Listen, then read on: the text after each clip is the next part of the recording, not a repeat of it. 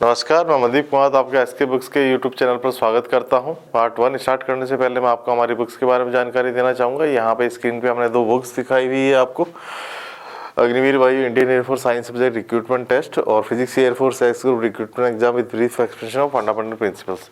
इन दोनों बुक्स में आपको थ्योरी और जो न्यूमेरिकल्स हैं इन एग्जाम से रिलेटेड वो हमने डिज़ाइन किए हैं, वो मिल जाएंगे आपको, तो आप इन दोनों बुक्स को रेफ़र कर सकते हैं। तो स्टार्ट करते हैं रे ऑप्टिक्स का पार्ट 4। तो पार्ट 4 में हम कौन कौन से टॉपिक्स लेंगे वो हम डिस्कस करते हैं।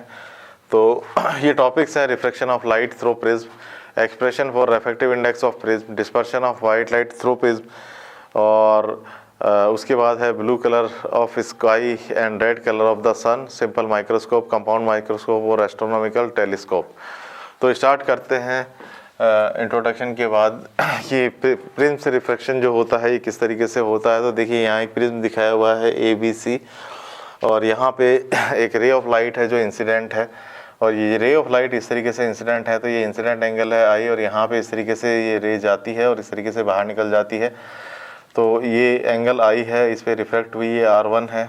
उसी तरीके से ये रे जब इस सरफेस पे आती है तो ये R2 है, ये रिफ्रैक्शन एंगल जो है इंसिडेंस एंगल बन जाता है, और ये इंसिडेंस एंगल के कारण यहाँ पे इमर्जेंस एंगल निकल जाता है, वो E है। जब इस रे को आगे हम प्रोड्यूस करेंगे और इस रे को हम पीछे बैकवर्ड प्रोड्यूस करेंगे, तो यहाँ पे ये रे जो बिल्कुल सीधी जा रही थी, क्योंकि ये इस तरफ डाइवर्ट हो गई, तो ये कहा जाता है डेल्टा एंगल ऑफ डेविएशन। तो ये एंगल ऑफ डेविएशन है। अब हम यहाँ पे सीधा कुछ रिलेशंस की बात करेंगे। तो यहाँ पे N1O जो है ये नॉर्मल है, और N2O जो है नॉर्मल इस सरफेस पे है, और यहाँ से हम बात करते हैं इन क्वाड्रिलेटरल APOQ। तो ये APOQ की बात करते हैं, इस क्वाड्रिलेटरल में क्या है। तो देखिए जो एंगल A+O है, क्योंकि ये जो एंगल्स हैं ये 90 डिग्री हैं, तो 90 तो हो गया 180, और 180 और plus angle A plus angle O जो है दैट इज 360 डिग्री, तो यहाँ से A+O आएगा वो बराबर आएगा 180 डिग्री। तो इस तरीके से यहाँ पे A+O जो है वो 180 डिग्री के बराबर आ जाता है। अब इन ट्राइंगल OPQ, तो अब जब ट्राइंगल OPQ की बात करेंगे, देखिए ये ट्राइंगल की हम बात करते हैं OPQ, तो इसमें जो रिलेशन है वो ये है, इस ट्राइंगल के तीनों एंगल्स का सम जो होता है 180 डिग्री होता है, तो यहाँ से हम कह सकते हैं R1 + R2 + O ये 180 डिग्री के बराबर है। और इन ट्राइंगल DPQ, अब इस ट्राइंगल DPQ की बात करते हैं, तो देखिए ये एंगल जो है ये है I - R1, और उसी तरीके से ये जो एंगल है ये है E - R2, और ये एक्सटर्नल एंगल है, तो डेल्टा को हम कह सकते हैं ये सम है 2 इंटरनल एंगल्स का, तो यहाँ से डेल्टा आता है I - R1 + E - R2, या I + E minus of bracket R1 + R2। तो इस तरीके से ये पार्ट यहाँ पे आता है। अब देखिए फ्रॉम इक्वेशन 1 और 2 हम क्या कह सकते हैं, यहाँ पे A जो है ये बराबर है R1 + R2 के, और फ्रॉम इक्वेशन 3 हम क्या कह सकते हैं कि डेल्टा जो है I + E - A है, या I + E जो है वो A + डेल्टा के बराबर है। तो ये हमने अभी भी बात की थी, sum of angle of incidence and angle of emergence is equal to sum of angle of prism and angle of deviation. तो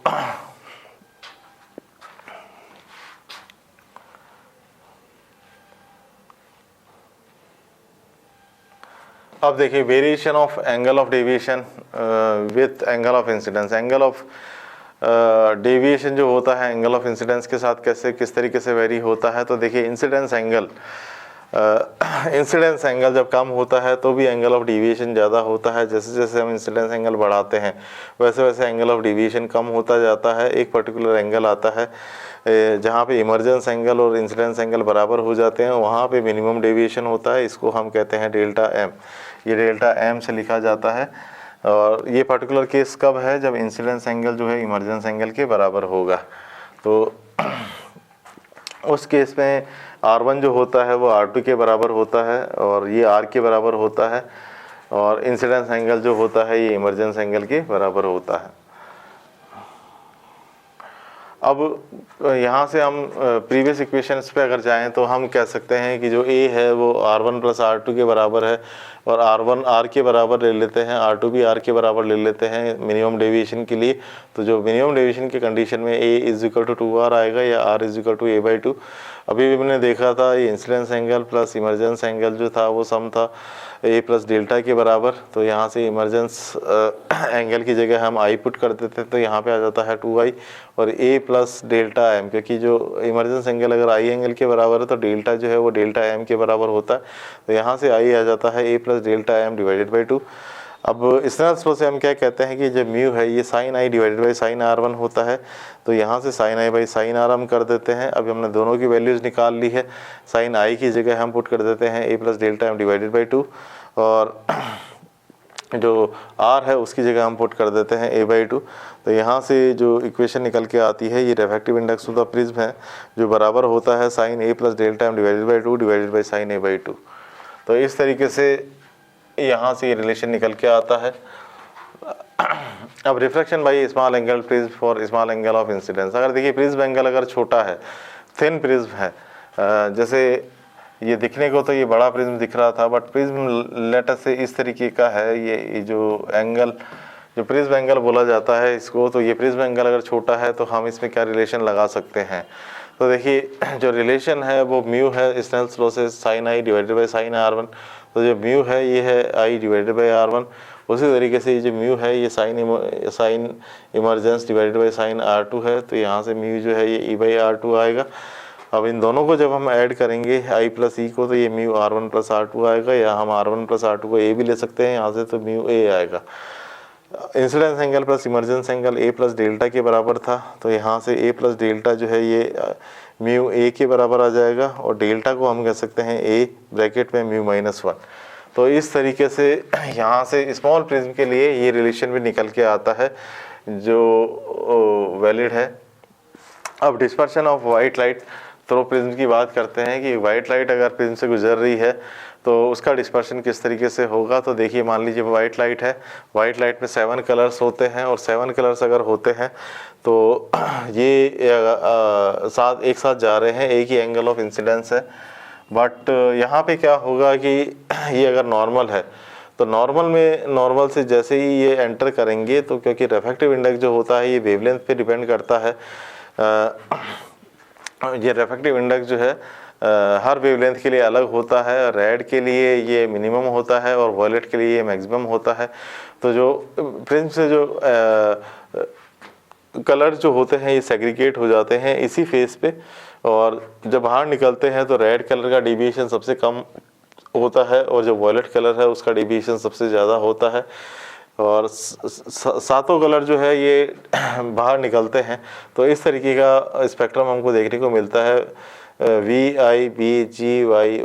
जो विबग्योर जो 7 कलर्स होते हैं वो इस तरीके से हमको देखने को मिलते हैं। वॉयलेट कलर जो होता है उसका मैक्सिमम डेविएशन होता है और जो रेड कलर है उसका मिनिमम डेविएशन होता है, और बाकी जो कलर्स हैं उनका deviation according to their wavelength होता है जो इन दोनों के बीच में होता है। अब हम बात करते हैं scattering of light, blue colour of the sky and reddish appearance of sun at sunrise and sunset. तो देखिए क्या होता है कि the molecules of the atmosphere सबसे पहले मैं बात करता हूँ टॉपिक की। तो स्कैटरिंग ऑफ लाइट, लाइट का जो स्कैटरिंग होता है कि स्काई का ब्लू कलर हमको क्यों दिखता है और सन जो होता है सनराइज और सनसेट के टाइम रेड क्यों दिखाई देता है, तो उसका रीज़न हमने यहाँ पे डिस्क्राइब किया है। देखिए क्या होता है। तो सबसे पहले हम बात करते हैं स्कैटरिंग ऑफ लाइट की। तो यहाँ पे हम कहते हैं कि the molecules of the atmosphere and other particles that are smaller than the longest wavelength of visible light are more effective in scattering of light of shorter wavelength than light of longer wavelength. The amount of scattering is inversely proportional to the 4th power of the wavelength. ये Rayleigh effect के कारण होता है, ये Rayleigh effect कहा जाता है। तो light from the sun near the horizon passes through a greater distance in the Earth's atmosphere than does the light received when the sun is overhead. The corresponding greater scattering of shorter wavelength accounts for reddish appearance of the sun at rising and setting. When looking at the sky in a direction away from the sun, we receive scattered sunlight in which short wavelength predominate, giving the sky its characteristics blue color. देखिए मान लीजिए ये अर्थ है और अर्थ पे जब हम इस तरीके से खड़े हैं तो यहाँ पे अगर सन है, सनराइज के टाइम है, तो तो देखिए क्या होगा कि जो एटमॉस्फेयर, क्योंकि यहाँ पे अवेलेबल है, इसमें जो एटमॉस्फेयर के पार्टिकल्स हैं, डस्ट पार्टिकल हैं, तो यहाँ से जो सन की जो लाइट आ रही है, सन की जो लाइट आती है उसमें रेड कलर ज़्यादा डेविएट नहीं होता है, ये बिल्कुल सीधा आ जाता है हमारी आईज़ में। लेकिन जो और कलर्स होते हैं ये इस तरीके से डेविएट हो जाते हैं, तो ये हमारी आईज़ में नहीं पहुंच पाते, तो इसलिए सन जो है वो रेडिश अपीयरेंस का हमको देखने को मिलता है। और उसी तरीके से जब हम आकाश में ऊपर देखते हैं तब क्या होता है, क्योंकि जो वॉयलेट कलर है या ब्लू कलर है वो सबसे ज़्यादा स्कैटर होता है, वो ज़्यादा डिविएट होता है, वो स्कैटर होकर नीचे की तरफ आता है, तो जो स्काई का ब्लू कलर है वो भी हमको इसी कारण दिखाई, वो स्कैटरिंग के कारण दिखाई देता है। अब देखिए मैग्नीफिकेशन की अगर हम बात करें तो मैग्नीफिकेशन जो सिंपल माइक्रोस्कोप का होता है ये किसके बराबर होता है, तो सिंपल माइक्रोस्कोप एक सिंपल मैग्नीफाइंग ग्लास होता है जो इस तरीके से है, इसमें ऑब्जेक्ट को हम फोकस से पहले रखते हैं तो इसकी इमेज जो है वो डी पे बनती है, और ये डी जो है ये है least distance of distinct vision, ये डी जो है कैपिटल डी जो है least distance of distinct vision है। तो जब हम इसका मैग्नीफिकेशन निकालेंगे तो ये आएगा 1 + d/f, तो मैग्नीफिकेशन है वो निकल के आता है 1 + d/f। तो ये सिंपल माइक्रोस्कोप का है। और जब हम कंपाउंड माइक्रोस्कोप की बात करेंगे तो कंपाउंड माइक्रोस्कोप में देखिए थोड़ा सा डिफरेंट होता है।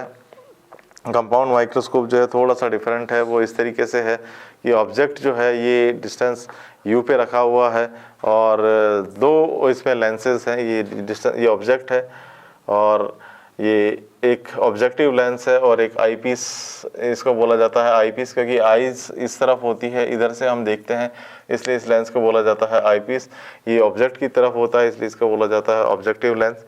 तो देखिए यहाँ पे क्या होता है कि ये ऑब्जेक्ट की जो इमेज है वो यहाँ बनती है और ये जो फर्स्ट इमेज है ये इस लेंस के लिए ऑब्जेक्ट का काम करती है, तो फाइनल इमेज जो होती है वो डी पे बनती है। तो यहाँ से अब अगर हम कहें तो ऑब्जेक्टिव जो है the converging lens near to the object है, और आई पीस जो है कन्वर्जिंग लेंस जिसमें से फाइनल इमेज जो देखी जाती है वो है, और दोनों शॉर्ट फोकल लेंथ के होते हैं। Focal length of eye piece is slightly greater than that of the objective. तो जो आई पीस की जो फोकल लेंथ है हल्की सी ज़्यादा होती है ऑब्जेक्टिव के मुकाबले। तो इसका जो मैग्नीफिकेशन है ये देखिए क्या होता है, तो ये जो मैग्नीफिकेशन है प्रीवियस डायग्राम से अगर हम देखें तो ये मैग्नीफिकेशन ऑफ द ऑब्जेक्टिव है, फर्स्ट इमेज की जो हाइट है divided by height of the original object, ये length of the tube divided by FO, ये इस तरीके से लिखा जाता है। और 10 बीटा जो था वो था h/fo, ये लिखा जाता है h' डिवाइडेड बाई l। तो मैग्नीफिकेशन ऑफ आई पीस को हम ये भी कह सकते हैं कि जो, क्योंकि ऑब्जेक्ट की जो इमेज थी जो आई पीस के थ्रू बन रही थी वो डी पे बन रही थी, तो magnification of the eye piece हम कह सकते हैं सीधा 1 + d/fe, और मैग्नीफिकेशन ऑफ द ऑब्जेक्टिव जो है वो d/fo होता है। तो जो मैग्नीफिकेशन दोनों का मल्टीप्लिकेशन होगा, टोटल मैग्नीफिकेशन जो है वो मैग्नीफिकेशन ऑफ द ऑब्जेक्टिव और magnification of the eye piece है। तो हम ये कह सकते हैं ये l/fo magnification of the objective और 1 + d/fe जो magnification of the eye piece के बराबर है। उसी तरीके से अगर इमेज इन्फिनिटी पे बन रही होती तो आई पीस का मैग्नीफिकेशन होता d/fe, तो मैग्नीफिकेशन ऑफ द ऑब्जेक्टिव तो वही रहता और magnification of the eye piece जो है हम कहते हैं d/fe है। तो ये टोटल मैग्नीफिकेशन है उसकी इक्वेशन इन्फिनिटी पे अगर बन रहा है इमेज तब तो ये होगी, और अगर ये डी पे इमेज फाइनल बन रही है तो ये इक्वेशन इस तरीके से मैग्नीफिकेशन की देखने को मिलेगी। ये कंपाउंड माइक्रोस्कोप के लिए है। अब देखिए एस्ट्रोनॉमिकल टेलीस्कोप जो है ये किस तरीके से होता है। तो एस्ट्रोनॉमिकल टेलीस्कोप में हम ये कहते हैं कि ये जो ऑब्जेक्टिव है, ये ऑब्जेक्टिव लेंस ये बड़ा होता है क्योंकि हमको रेज ज़्यादा चाहिए होती है, क्योंकि ऑब्जेक्ट ऑलरेडी फार होता है तो बहुत कम रेज यहाँ से निकलती है।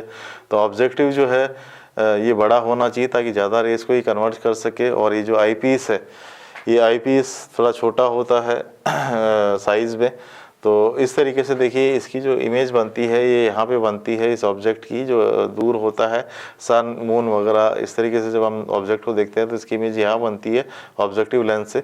और बट आईपीस इसको वापस थोड़ा बड़ा कर देता है और जो इसकी इमेज है वो और भी बड़ी बनती है।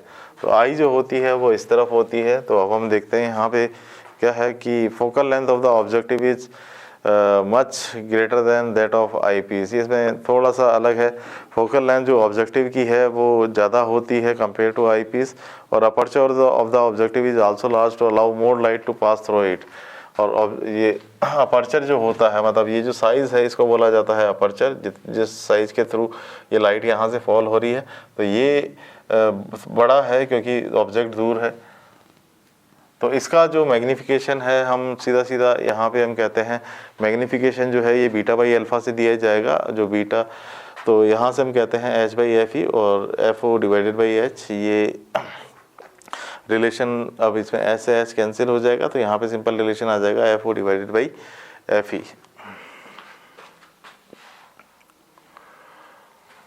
तो हम यहाँ पे क्वेश्चंस पे आते हैं। यहाँ पे क्वेश्चंस देखिए क्या है कि find the refractive index of the material of an equilateral prism. तो यहाँ पे रिफ्रैक्टिव इंडेक्स की मैं इक्वेशन लिखता हूँ। ये इक्वेशन होती है mu sine A plus delta M divided by 2 और divided by sine A by 2। तो ये इक्विलैटरल प्रिज्म है, तो जो एंगल ऑफ प्रिज्म है वो है 60 डिग्री, और जो एंगल ऑफ मिनिमम डेविएशन है ये दे रखा है यहाँ पे 30 डिग्री। तो जब इन दोनों को हम यहाँ पे सॉल्व करते हैं तो यहाँ से म्यू आता है that is equal to sine, और ए जो है दैट इज 60 और डेल्टा एम जो है दैट इज 30 डिवाइडेड बाई 2 और डिवाइडेड बाई साइन, और यहाँ पे आ जाता है ए बाई 2 यानी कि 60 डिवाइडेड बाई 2। तो ये म्यू आ जाता है यहाँ से साइन 45 और डिवाइडेड बाई साइन 30। तो साइन 45 जो होता है ये होता है 1/√2 और साइन 30 जो होता है ये होता है 1/2। तो यहाँ से जो म्यू निकल के आता है ये निकल के आता है √2। तो जो बी है ये करेक्ट आंसर है। यहाँ पे जो रिफ्रैक्टिव इंडेक्स है वो होता है √2। तो यहाँ पे हम टेलीस्कोप की बात करते हैं। सेकंड क्वेश्चन जो है वो टेलीस्कोप से रिलेटेड है। ये कहता है कि find the magnification produced by telescope when the image is formed at infinity, focal length of objective and eyepiece are respectively +10 centimetre and +5 centimetre. तो जो focal length of the objective है वो तो है +10 सेंटीमीटर, और जो focal length of the eyepiece है ये है +5 सेंटीमीटर। और यहाँ पे जो मैग्नीफिकेशन होता है ये होता है F O divided by F E. तो यहाँ से मैग्नीफिकेशन आ गया एफ ओ 10 है, एफ ई 5 है, तो यहाँ से निकल के आ जाता है +2। तो जो मैग्नीफिकेशन है यहाँ से निकल के आता है +2, तो दैट इज कॉल्ड मैग्नीफिकेशन। ये मैग्नीफिकेशन यहाँ पे एस्ट्रोनॉमिकल टेलीस्कोप का देखने को मिलता है। तो अब ये नेक्स्ट क्वेश्चन है, what is the magnification of a simple microscope when the image is formed at least distance of distinct vision. देखिए इन्फिनिटी पे नहीं है इमेज, सिंपल माइक्रोस्कोप है और इसमें least distance of distinct vision पे इमेज बन रही है। तो जो फोकल लेंथ जो है वो 5 सेंटीमीटर का जो लेंस है वो कितना मैग्नीफिकेशन प्रोड्यूस करेगा। तो जो मैग्नीफिकेशन होता है ये होता है 1 + d/f, और नॉर्मल आई के लिए जो d होता है ये 25 सेंटीमीटर होता है। ये least distance of distinct vision है, तो ये होता है 1 + 25 डिवाइडेड बाई 5। तो यहाँ से आता है 1 + 5, तो यहाँ पे आता है 6। तो यहाँ से जो करेक्ट ऑप्शन है ये हमको नज़र आता है कि ये ए है।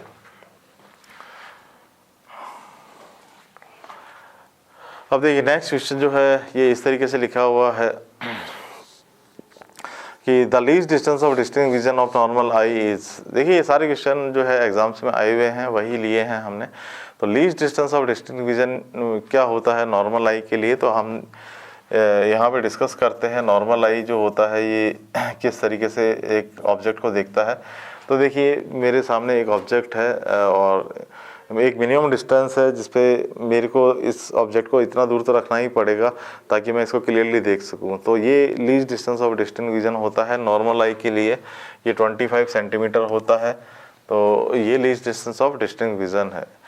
उसी तरीके से नेक्स्ट क्वेश्चन पे हम आते हैं, which colour is scattered the most. तो अभी हमने देखा था प्रिज्म से जो स्कैटरिंग हो रही थी, तो प्रिज्म से जो स्कैटरिंग हुई थी उसमें हमने देखा था कि जो यहाँ पे जो कलर सबसे ज़्यादा जो स्कैटर हुआ था वो ब्लू था। ब्लू कलर जो होता है स्काई का वो इसी कारण से दिखाई देता है, तो blue colour is scattered the most. देखिए यहाँ पार्ट 4 में हमने माइक्रोस्कोप, टेलीस्कोप और स्कैटरिंग ऑफ लाइट वगैरह की बात की, प्रिज्म।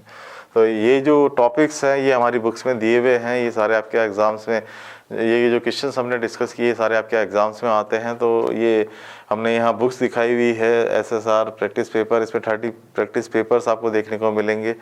इसी तरीके से इस बुक में पेज नंबर 27 to 29 क्वेश्चंस दिए हुए हैं और थ्योरी भी दी हुई है। और इसी तरीके से ये साइंस ऑब्जेक्टिव की बुक है हमारी, इसमें पेज नंबर 146 to 162 क्वेश्चंस दिए हुए हैं और ऑब्जेक्टिव थ्योरी जो हमने अभी आज डिस्कस की वो दी हुई है। तो हमारी बुक्स जो है ये ऑनलाइन भी अवेलेबल है और बुक शॉप पे भी अवेलेबल है, तो आप दोनों वहाँ से ले सकते हैं। तो ये जो रे ऑप्टिक्स का पार्ट है ये हम यहाँ पे ख़त्म करते हैं। धन्यवाद।